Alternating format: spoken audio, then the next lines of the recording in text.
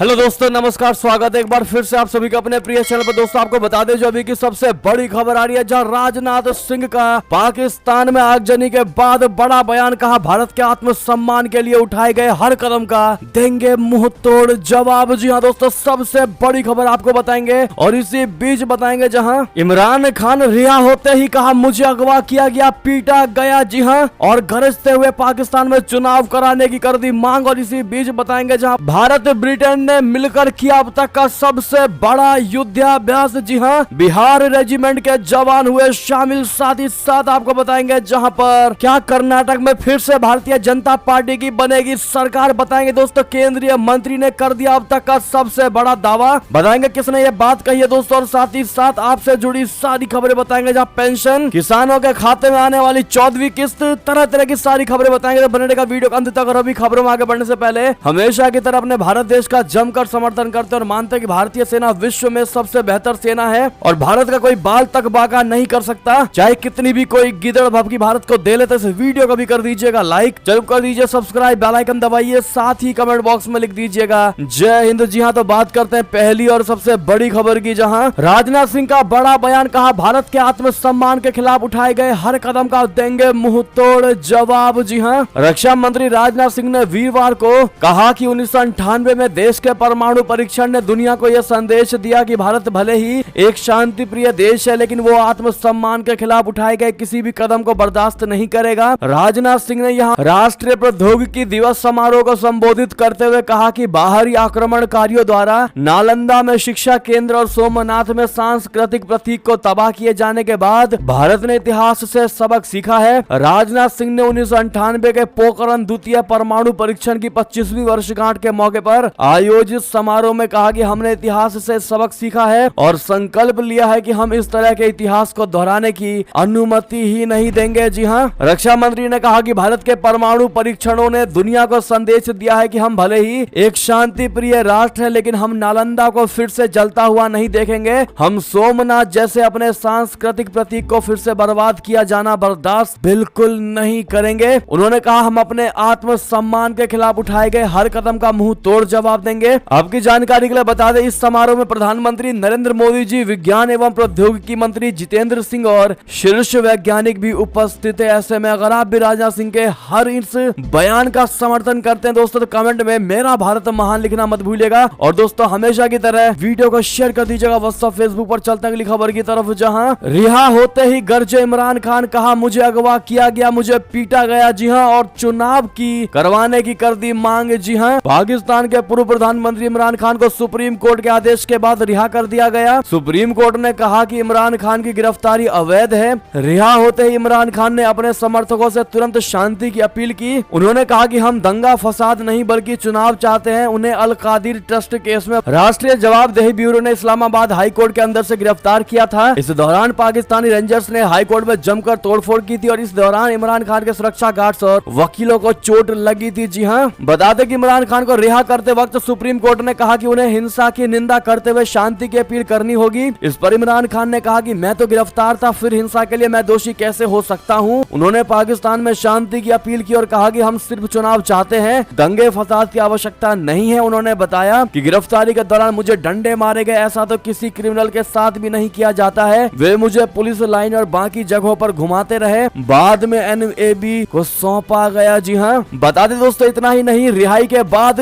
भड़क गई एकदम से मरियम नवाज और चीफ जस्टिस को ही कह दिया कि अपनी सास की तरह PTI में शामिल हो जाओ। जी हाँ, सुप्रीम कोर्ट द्वारा इमरान खान की गिरफ्तारी को अवैध ठहराए जाने के तुरंत बाद मरियम नवाज ने ट्वीट करके पाकिस्तान के चीफ जस्टिस पर निशाना साधा। उर्दू में पोस्ट किए गए ट्वीट में उन्होंने लिखा कि देश की सबसे महत्वपूर्ण और संवेदनशील संस्थाओं पर हमलों के लिए सबसे अधिक जिम्मेदार मुख्य न्यायाधीश हैं, जो अशांति की ढाल बन गए हैं और देश में आग में घी डाल रहे हैं। आपको मुख्य न्यायाधीश का पद छोड़ देना चाहिए और अपनी सास की तरह तहरीक इंसाफ में शामिल हो जाना चाहिए। जी हाँ, साथ ही साथ आपको अगली और बड़ी खबर बता दें, जहां भारत ब्रिटेन ने उभरती सैन्य क्षमताओं का किया प्रदर्शन। बिहार रेजिमेंट के जवान हुए इसमें शामिल। जी हाँ, इंग्लैंड के सेलिसबरी में भारत यूके का संयुक्त सेना अभ्यास चल रहा है। 11 मई तक चलने वाले अभ्यास के दौरान सेना के जवान सैन्य कौशल का प्रदर्शन कर रहे हैं। इस वर्ष अभ्यास अजय वॉरियर में यूके की 16 air assault brigade combat team royal Gorkha Bihar rifles की 2री बटालियन और बिहार रेजिमेंट की भारत की 6वीं बटालियन के सैनिक शामिल हैं। ब्रिटिश उच्चायोग के रक्षा सलाहकार ब्रिगेडियर निक सायर ने कहा कि अभ्यास अजय वॉरियर हमारे दोनों देशों के सैनिकों का पूरी तरह से परीक्षण कर रहा है, जिसमें समकालीन मल्टी डोमेन संचालन में अनुभव की गई अनिश्चितता और जटिलता शामिल है। पूरे अभ्यास के दौरान दोनों सेनाओं ने आधुनिकीकरण की दिशा में उनके संबंधित अभियानों के हिस्से के रूप में उनकी क्षमताओं और उभरती सैन्य प्रौद्योगिकियों को प्रदर्शित किया। साथ ही दोनों देशों के जवानों को एक दूसरे से सीखने को मिल रहा है। उन्होंने कहा कि अजय वॉरियर ने दोनों देशों को एक दूसरे की सैन्य क्षमताओं और रणनीति को करीब से समझा है। ये यूके भारत रणनीतिक साझेदारी के लिए महत्वपूर्ण है। ब्रिगेडियर निक ने कहा कि विशेष अवसर पर न केवल हम अपने 2 युद्धों समूहों को प्रशिक्षित कर रहे हैं, बल्कि हम अपने भारतीय भाइयों के साथ भी प्रशिक्षण ले रहे हैं। भारत के साथ हमारा बहुत मजबूत साझा इतिहास और रणनीतिक साझेदारी है। बहरहाल दोस्तों, ऐसे में इस युद्धाभ्यास के खत्म होने पर दोस्तों आप लोग अपनी भारतीय सेना को क्या कहना चाहेंगे जिन्होंने इस अभ्यास में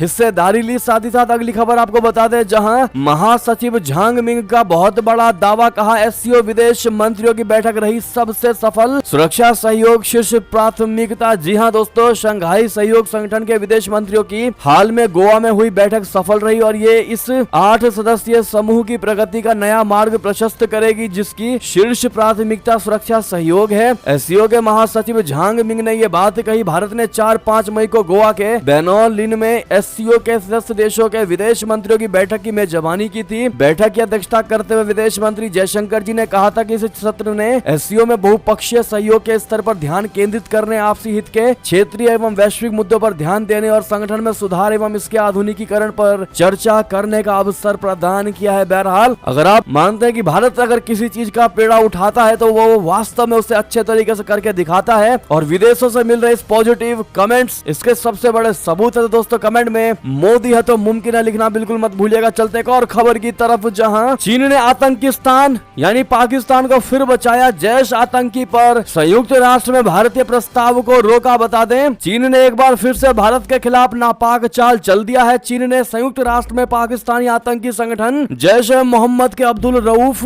अजहर को ब्लैक लिस्ट करने के भारत के प्रस्ताव को वीटो लगाकर रोक दिया है। अब्दुल रऊफ जैश के मुखिया आतंकी मसूद अजहर का भाई है। उसका जन्म 1974 में पाकिस्तान में हुआ था। अब्दुल रऊफ भारत में कई हमले करवा चुका है। इसमें साल 1999 में हुआ एयर इंडिया का कंधार विमान अपहरण कांड भी शामिल है। इसके अलावा अब्दुल रऊफ साल 2001 में भारतीय संसद पर हमले और साल 2016 में भारतीय वायुसेना के पठानकोट ठिकाने पर हमले में भी शामिल था। जी हां, इससे पहले पिछले साल अगस्त महीने में सुरक्षा परिषद के स्थायी सदस्य चाइना ने अमेरिका और भारत के रऊफ अजहर को ग्लोबल टेररिस्ट घोषित करने के प्रस्ताव को रोक दिया था। अमेरिका और भारत ये भी चाहते थे कि अब्दुल रऊफ की संपत्ति को सीज किया जाए, उसके खिलाफ यात्रा बैन लगाया जाए और हथियार खरीदने पर रोक लगाया जाए, लेकिन चाइना ने अपना वीटो पावर लगा करके दोस्तों फिर भारत के खिलाफ बहुत बड़ी चाल चल दी है। ऐसे में आखिर कब तक चाइना इन आतंकवादियों को बचाएगा और आतंकिस्तान को बढ़ावा देगा, आपको क्या लगता है दोस्तों? साथ ही साथ अगली खबर बता दें, जहां जेलेंस्की ने रशिया पर जवाबी हमले की बताई वास्तविकता, कहा अभी और समय चाहिए, हम बहुत से लोगों को खो देंगे। जी हां, यूक्रेन के राष्ट्रपति व्लादिमीर जेलेंस्की ने कहा कि उनके देश को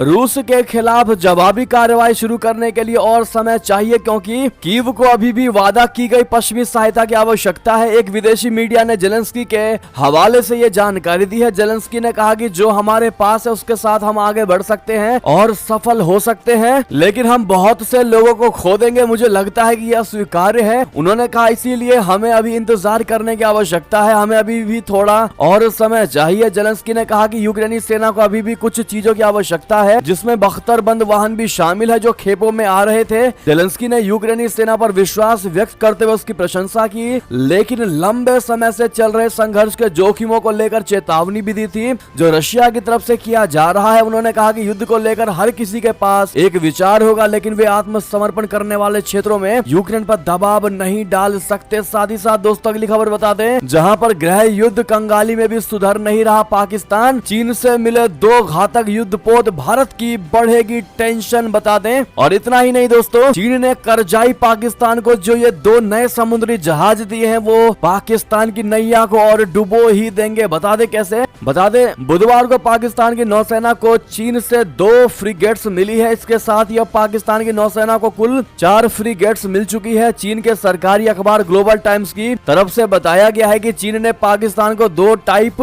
054AP फ्रिगेट डिलीवर किया है। नौसेना ने शंघाई में इन फ्रिगेट्स की डिलीवरी ली है। रिपोर्ट में कहा गया है कि इससे साफ है कि अब पाकिस्तानी नौसेना के पास इस क्लास की अब कुल 4 फ्रिगेट्स हो गई है। जून 2018 में सरकार ने चीन की ship building trading company limited के साथ 2 फ्रिगेट्स की डील साइन की थी। ऐसे में दोस्त चाइना ने पाकिस्तान को नया डुबोने वाला जहाज दे दिया है, यानी चीन का यह जहाज खरीदने के बाद पाकिस्तान और अधिक में कर्ज में डूब जाएगा। ऐसे में यह युद्धपोत सबसे पहले पाकिस्तान को ही आर्थिक मोर्चे पर परास्त करने का काम करेगा और यह डुबोने वाला जहाज पाकिस्तान को ही सबसे पहले डुबाएगा। चीन ने अपने दोस्त पाकिस्तान को पहले भी कई तरह के जहाज दे रखे हैं और इसके बदले में ड्रैगन ने उसकी तमाम संपत्तियों को एक तरह से गिरवी रख लिया है। लेकिन इस बार चीन ने अंतिम सांसों पर चल रहे पाकिस्तान की अर्थव्यवस्था का सीधे गला दबाने का काम कर दिया। जी हाँ, साथ ही साथ एक और खबर बताते हैं, जहां भारत ने इन देशों में की राजदूतों की नई नियुक्तियां जल्द संभालेंगे कार्यभार। जी हाँ, भारतीय विदेश सेवा के अधिकारी विनोद के जैकब को बहरीन में भारत का अगला राजदूत नियुक्त किया गया है। विदेश मंत्रालय ने बृहस्पतिवार को यह जानकारी दी। विदेश मंत्रालय के बयान के अनुसार विनोद के जैकब वर्ष 2000 बैच के भारतीय विदेश सेवा के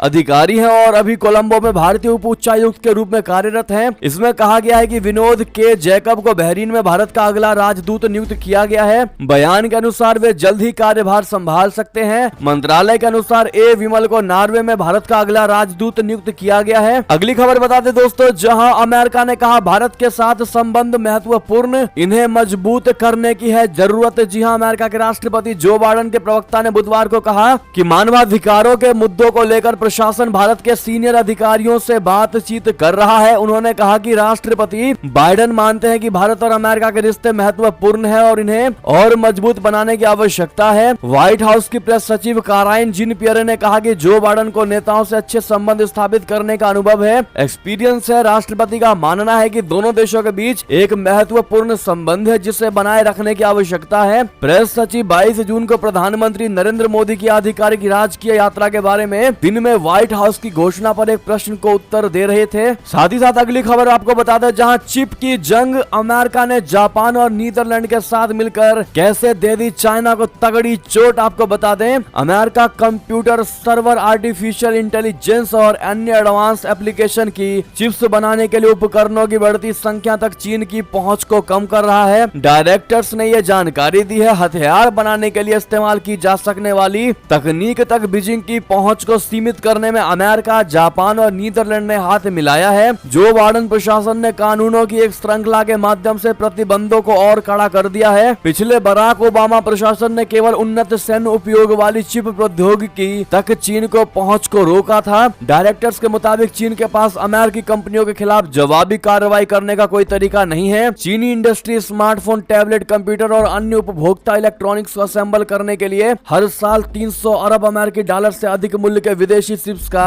आयात करते हैं। साथ ही साथ अगली खबर बता दें दोस्तों, जहां टेरर फंडिंग मामले में जम्मू कश्मीर के 4 जिलों में एनआईए की बड़ी छापेमारी। जी हां, राष्ट्रीय जांच एजेंसी यानी एनआईए ने प्रतिबंधित जमात इस्लामी द्वारा आतंकी फंडिंग मामले की चल रही जांच में गुरुवार को कश्मीर में करीब 12 स्थानों पर छापेमारी की। अधिकारियों ने बताया कि जम्मू कश्मीर के बड़गाम और बारामूला जिले में 11 स्थानों पर तलाशी जारी है। गैर कानूनी गतिविधियां रोकथाम अधिनियम यूएपीए के तहत जम्मू कश्मीर में एक गैर कानूनी संगठन बोले तो जमात इस्लामी द्वारा आतंकी फंडिंग के मामले में छापेमारी की जा रही है। इस ग्रुप को फरवरी 2019 में केंद्र सरकार द्वारा आतंकवाद विरोधी कानूनों के तहत 5 साल के लिए प्रतिबंधित कर दिया गया था। साथ ही साथ एक और खबर बता दें, जहां गिलगित बाल्टिस्तान तक पहुंची विरोध प्रदर्शन की आग, मुख्यमंत्री को किया गया इस्लामाबाद में नजरबंद। बता दें, पाकिस्तान तहरीक इंसाफ ने आरोप लगाया है कि गिलगित बाल्टिस्तान के मुख्यमंत्री खालिद खुर्शीद को इस्लामाबाद में घर में नजरबंद रखा गया। डॉन रिपोर्ट के अनुसार पार्टी ने एक ट्वीट में कहा कि सरकार ने अपने होश खो दिए हैं क्योंकि वो सत्ता के नशे में थी। इसने खेद व्यक्त किया कि अन्य प्रांतों में गैर निर्वाचित मुख्यमंत्री आदेश जारी कर रहे थे, जबकि लोगों द्वारा चुने गए एक सीएम को घर में नजरबंद कर दिया गया था। साथ ही साथ अगली खबर एक और बता दें, जहां भारतीयों की कैलाश मानसरोवर यात्रा से डर गया चाइना, बढ़ा दी वहां की फीस, नियम भी कर दिए बेहद कड़े। जी हां, चीन अपनी हरकतों से बाज नहीं आ रहा। चीनी सरकार ने कैलाश मानसरोवर यात्रा का खर्च बढ़ा दिया, इसके साथ ही उसने कुछ नियम बेहद कड़े कर दिए हैं। कैलाश मानसरोवर की यात्रा करने के लिए भारतीय नागरिकों को कम से कम 1,85,000 रुपए खर्च करने होंगे और किसी आम भारतीय के लिए ये बहुत बड़ी रकम रकम चुकाना है। बता दें कि दोनों देशों में सीमा पर झड़प तथा कोरोना महामारी के प्रकोप के चलते कैलाश मानसरोवर यात्रा पर रोक लगा दी गई थी। चीनी सरकार ने हिंदू अनुयायियों की बहुप्रतीक्षित यात्रा को 3 साल बंद रखा। हालांकि भारत, रशिया और चीन की अगुवाई वाले संगठन एससीओ की दिल्ली गोवा में हुई समिट के बाद अब चीन ने कैलाश मानसरोवर यात्रा के लिए चीन ने वीजा देना शुरू कर दिया है। साथ ही साथ एक और खबर बता दें, जहां पाकिस्तान में तनातनी के बीच भारत के लिए बड़ी अच्छी खबर। आखिर क्या करने जा रहा है भारत के लिए जिन्ना का देश, बता दें भारत के लिए पाकिस्तान से बड़ी अच्छी खबर है। पाकिस्तान 500 भारतीय कैदियों को रिहा करने जा रहा है।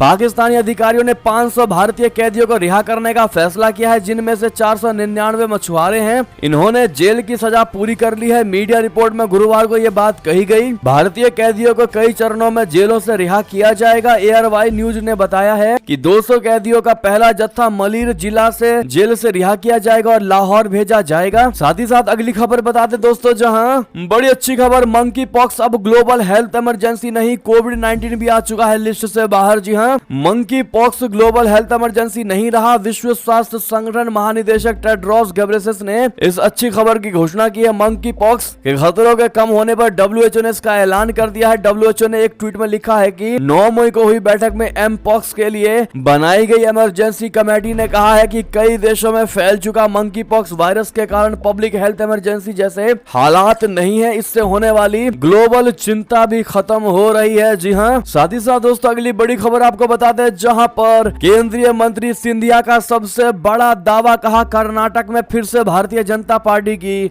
बनेगी सरकार। जी हां, केंद्रीय नागर विमानन एवं इस्पात मंत्री ज्योतिरादित्य सिंधिया ने बृहस्पतिवार को विश्वास व्यक्त किया है कि कर्नाटक में फिर से भारतीय जनता पार्टी की सरकार बनेगी। कर्नाटक विधानसभा चुनाव के लिए मतदान 10 मई को हुआ था और मतों की गिनती 13 मई को होगी। सिंधिया से यहाँ एक संवाददाता ने कर्नाटक विधानसभा चुनाव के परिणाम के बारे में पूछा तो उन्होंने कहा कि कर्नाटक में हुए विधानसभा चुनाव में न तो एग्जिट पोल देखे, ना ही एंट्री पोल, केवल जनता का पोल देखे, वहां भाजपा की सरकार बनेगी। 13 मई को यह बात सामने होगी। जी हाँ, और दोस्तों 13 मई दूर नहीं, कल का ही दिन है। आपको क्या लगता है दोस्तों, किसकी सरकार बनेगी कर्नाटक में, कौन जीतेगा कर्नाटक का चुनाव? एक अपना गैस आप लोग करके कमेंट में जरूर लिखिएगा, हम भी देखते हैं क्या कहती है भारत की जनता। साथ ही साथ एक और बड़ी खबर आपको बता दें, जहां थर्ड फ्रंट में बीजेडी नहीं। जी हां, पीएम मोदी से मुलाकात कर नवीन पटनायक ने नीतीश कुमार को दिया तगड़ा वाला झटका। अब क्या करेंगे बिहार के सीएम? जी हां, लोकसभा चुनाव 2024 को लेकर विपक्षी एकता की कोशिश में जुटे बिहार के मुख्यमंत्री नीतीश कुमार को ओडिशा के सीएम नवीन पटनायक ने बड़ा झटका दिया है। नवीन पटनायक ने साफ कर दिया है कि वो थर्ड फ्रंट या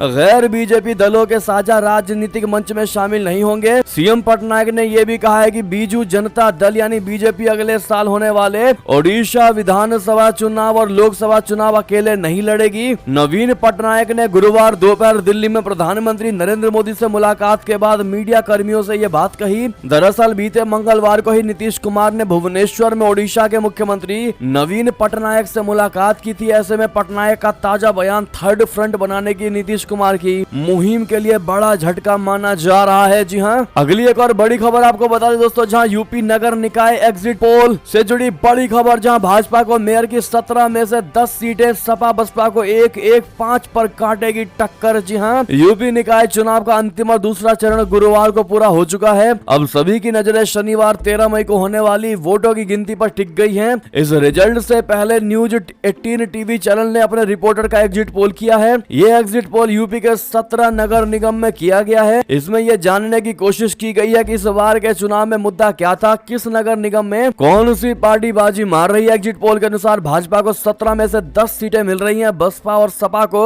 1-1 सीट मिल रही है। 5 सीटों पर कड़ा मुकाबला है। लखनऊ, बनारस, प्रयागराज, अयोध्या और गोरखपुर में भाजपा एक तरफा जीत दर्ज कर रही है। यूपी में पिछले चुनाव तक 17 नगर निगम थे, इनमें से बीजेपी को 14 पर जीत मिली थी। 2 नगर निगमों में बसपा का मेयर बना था। सपा और कांग्रेस की झोली फिलहाल खाली है। रिपोर्टर एग्जिट पोल के अनुसार पश्चिमी यूपी के भाजपा को नुकसान हो रहा है। साथ ही साथ एक और बड़ी खबर आपको बताते, जहां उद्धव ने मांगा इस्तीफा तो भड़के शिंदे और फडणवीस। अब कह दी ये बात कि पहले क्या वो नैतिकता भूल गए थे। जी हां, विधानसभा में फ्लोर टेस्ट से पहले उद्धव ठाकरे के इस्तीफा देने को लेकर सुप्रीम कोर्ट ने सवाल किए थे, जिस पर उद्धव ने कहा था कि एकनाथ शिंदे ने उनकी पीठ में छुरा घोंपा। गद्दार लोगों के साथ सरकार कैसे चलाता, ऐसे में नैतिकता के आधार पर मैंने इस्तीफा दे दिया। इस पर महाराष्ट्र के सीएम एकनाथ शिंदे और डिप्टी सीएम देवेंद्र फडणवीस ने पलटवार किया। फडणवीस ने कहा कि नैतिकता की बात करना उद्धव ठाकरे को शोभा नहीं देता। मैं उनसे पूछना चाहता हूं कि जब वो एनसीपी और कांग्रेस के साथ सीएम पद के लिए गए तो क्या वो अपनी नैतिकता भूल गए थे। उन्होंने कहा कि ठाकरे ने नैतिक के आधार पर इस्तीफा नहीं दिया था, बल्कि डर के कारण जो लोग उनके साथ थे उन्हें छोड़ दिया। भाजपा नेता ने आगे कहा कि ये लोकतंत्र और लोकतांत्रिक प्रक्रिया की जीत है। हम सुप्रीम कोर्ट द्वारा दिए गए फैसले से संतुष्ट हैं। आज महाविकास अघाड़ी की साजिश नाकाम हो गई है। अब किसी को भी संदेह नहीं होना चाहिए कि महाराष्ट्र सरकार पूरी तरह से कानूनी है। साथ ही साथ अगली बड़ी खबर दोस्तों आपको बता दें, जहां आखिर कब आएगी किसानों के खाते में 14वीं किस्त, तारीख को लेकर सामने आई बड़ी जानकारी। प्रधानमंत्री किसान सम्मान निधि योजना केंद्र सरकार की तरफ से किसानों के आर्थिक सशक्तिकरण के लिए चलाई जाने वाली अहम योजना है। इस योजना के तहत सरकार पात्र किसानों को हर 4 महीने पर 2000 रूपए देती है। ये पैसा डीबीटी के जरिए किसानों के बैंक अकाउंट में जाता है। किसानों को पीएम किसान की 13वीं किस्त मिल चुकी है। अब इसकी 14वीं किस्त का इंतजार देश के करोड़ों किसान कर रहे हैं। सरकार की तरफ से जारी की जाने वाली पीएम किसान की 14वीं किस्त का इंतजार किया जा रहा है। इस बार 14वीं किस्त